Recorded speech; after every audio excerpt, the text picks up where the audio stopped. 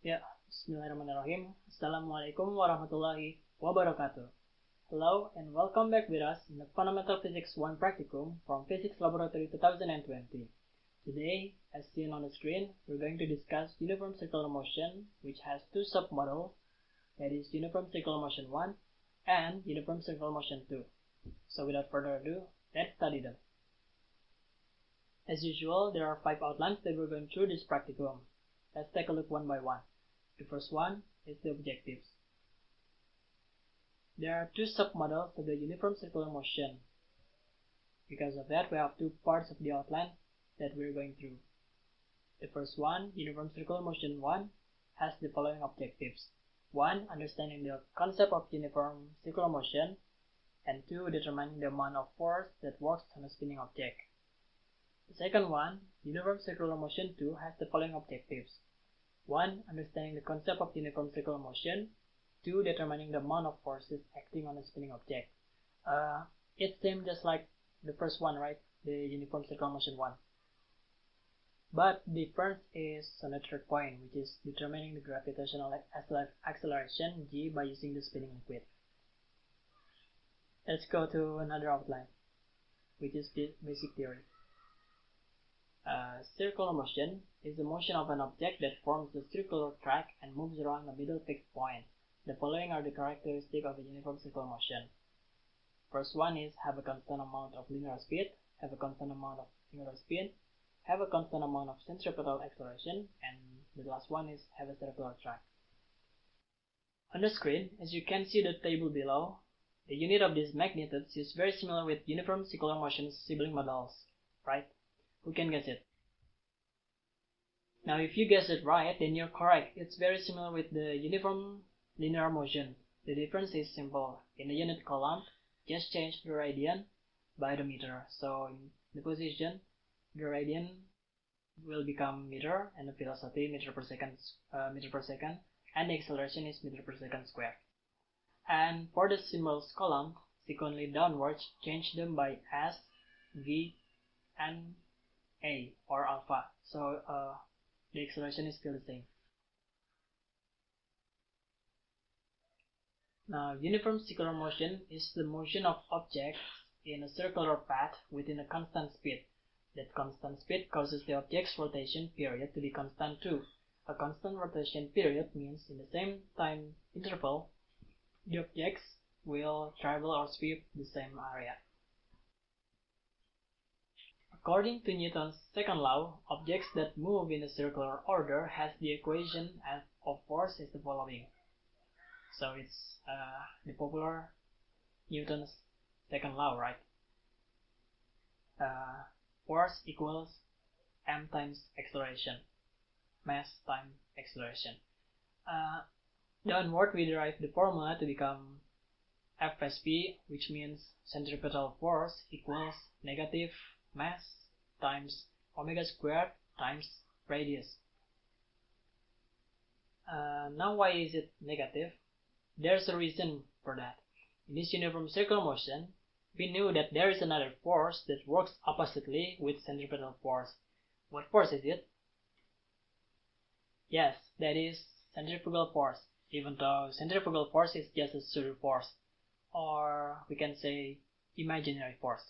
But in the reality, we knew that the motion tends to move the object's way as velocity go, which moves away from the central point.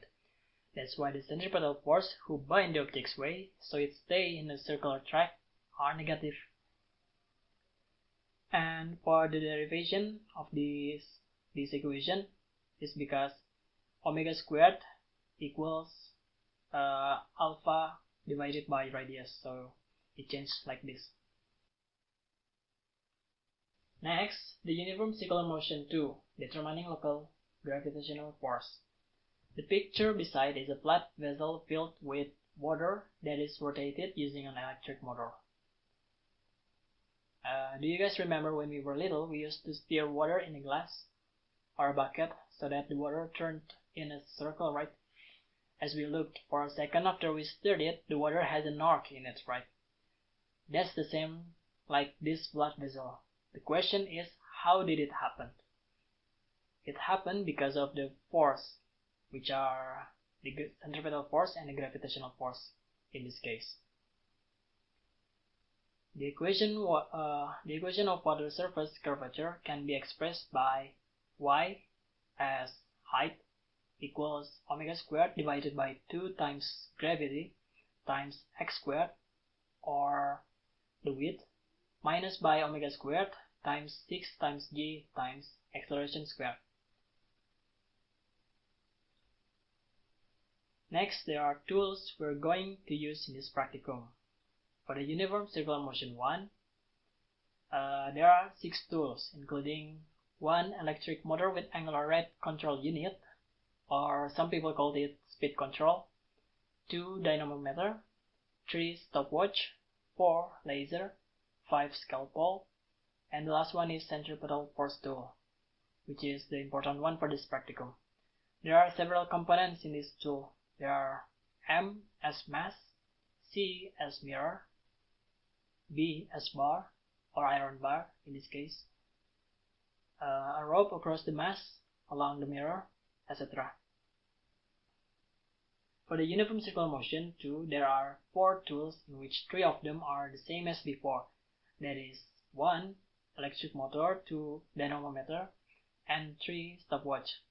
Now the difference is on the 4th point, which is plastic flat vessel. That works as our object practicum. Now let's go to the lab works now, shall we? Now, let me introduce the tools.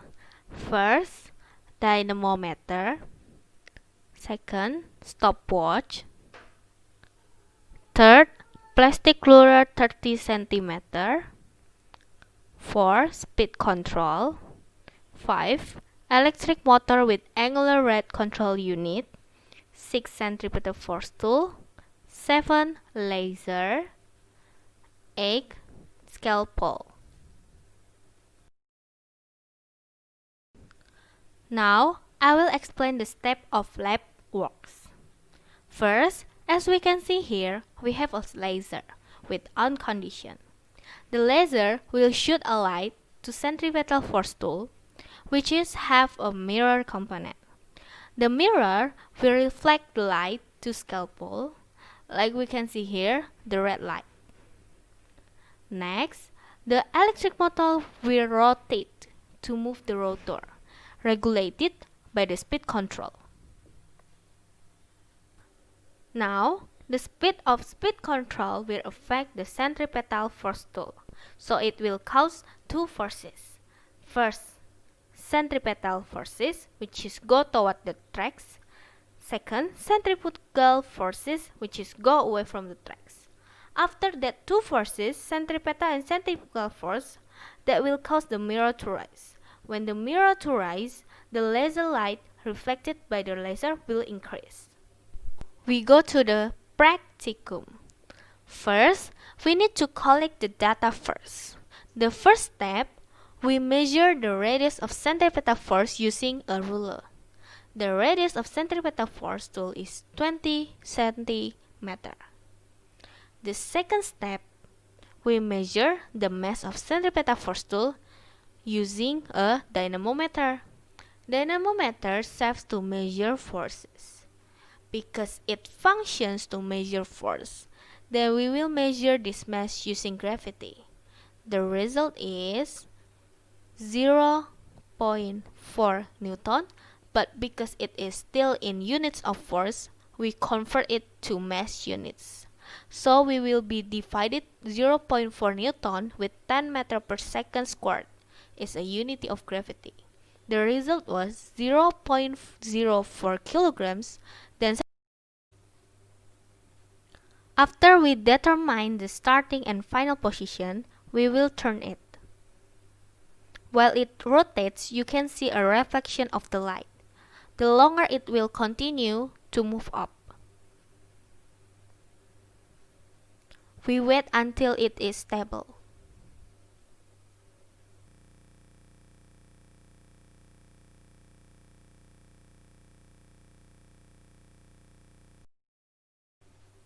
After we determine the starting and final position, we will turn it. While it rotates, you can see a reflection of the light. The longer it will continue to move up. We wait until it is stable.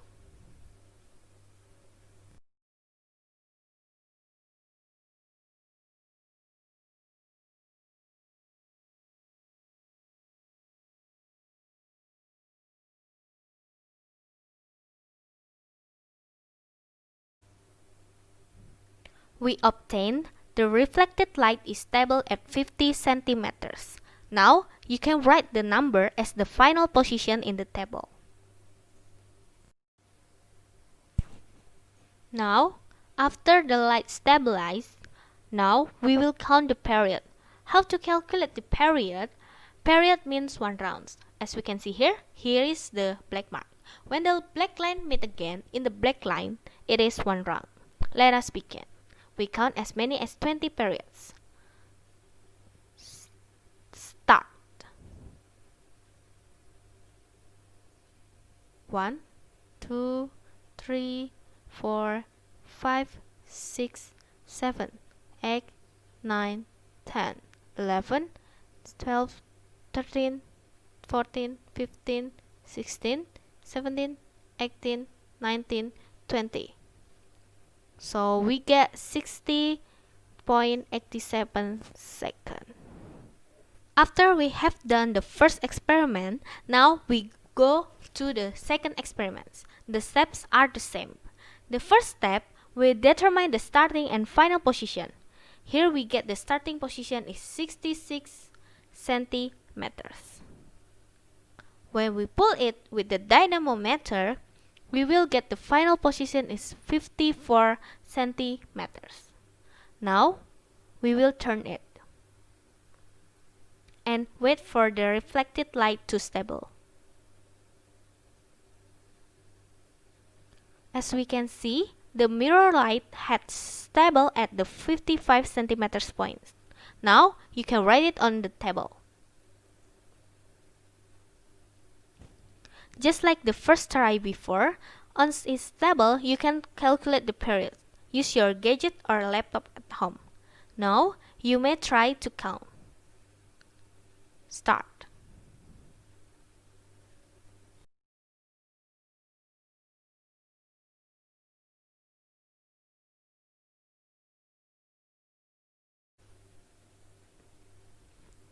Now, we are going to do the last experiment.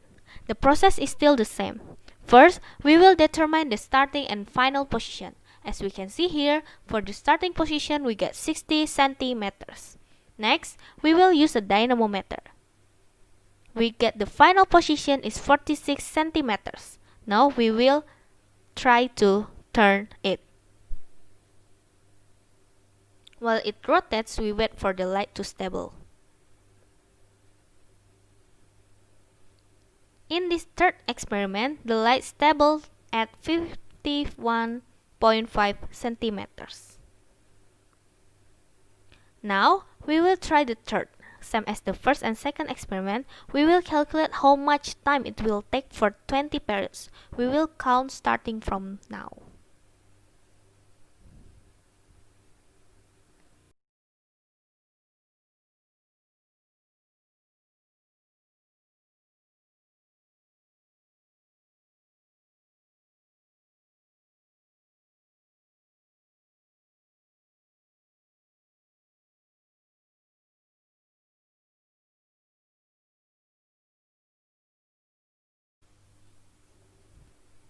After doing some experiments, now we fill in the table F of the dynamometer.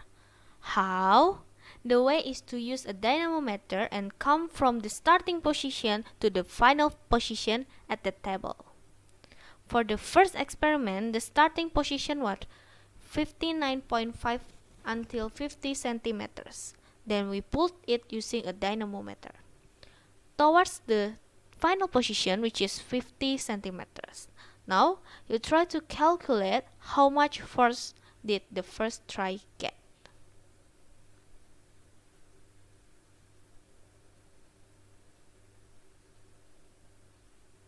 Now, the second one, do the same. The starting position is 66 centimeter and the final position is 55 centimeters. We pull it using a dynamometer. From 66 we go to 55. Now look, how many newtons can you get from the second try?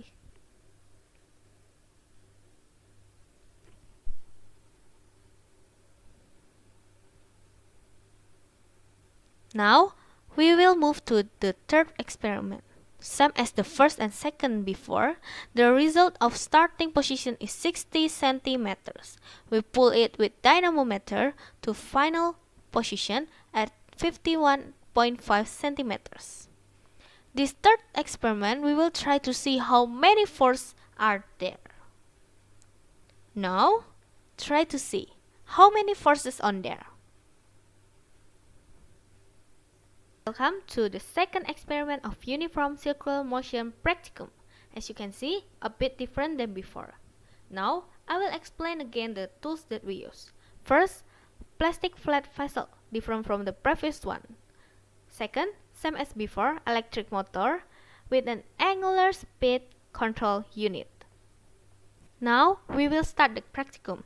The principle is still the same as before. The electric motor is driven by speed control. When moved by speed control, the rotor will rotate. And when the rotor rotates, the flat vessel will form a curve like this. As you can see, this curve is formed due to the force of gravity. The gravitational force here is same as the centripetal force. Before we go to the practicum, first we will collect the data. Look at the flat vessel. In a flat vessel there is water. The water parallel to this axis. If we equate with a Cartesian diagram, this is the x-axis and this is the for the x and this is for the y-axis. Meaning when the water and this is the x-axis, this is the 0 point. When n is at point 0, then the number 6 is -1, number 5 is -2, number 4 is -3, and so on. Now we will calculate the value of A. The value of A is the radius. For the radius we see 0.0 to the tip. Here we see there is a box. 1 square is equal to 1 centimeters. Now we will count it. 4, 2, 3, 4, 5, 6, 7. We got 7 squares, meaning the amount is 7 centimeters. You can write that the A value is 7 centimeters. Now, we turn the electric motor using the speed control. Now we see in the column Y, there are -1, 2, 3. The meaning is -1, that is, the top of the curve of the water should be at -1. Now let us fit in the -1. Now you will count it for 20 seconds.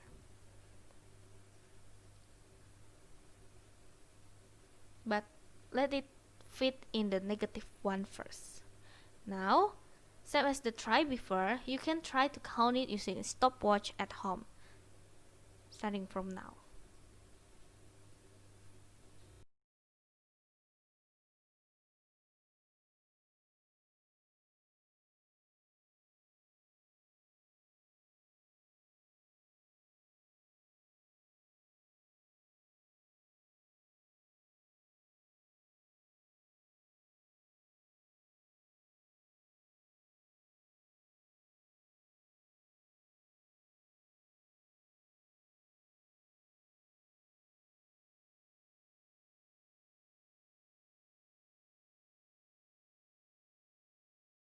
Now we go to the second experiment. The second experiment we put y in -2.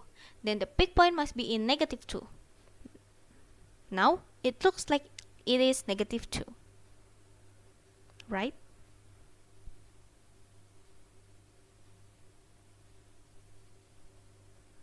Now this is the third experiment. We put the y in -3. Now when it is raised negative 3, shall we try to calculate how much time it will take for 20 periods?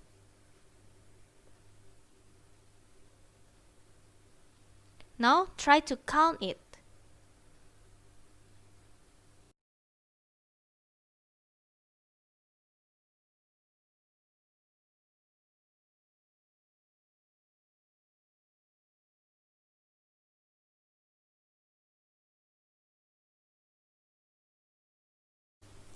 Thank you for the following circular motion lab until the end. I hope the knowledge you gained today can be useful for you. See you in the next practicum.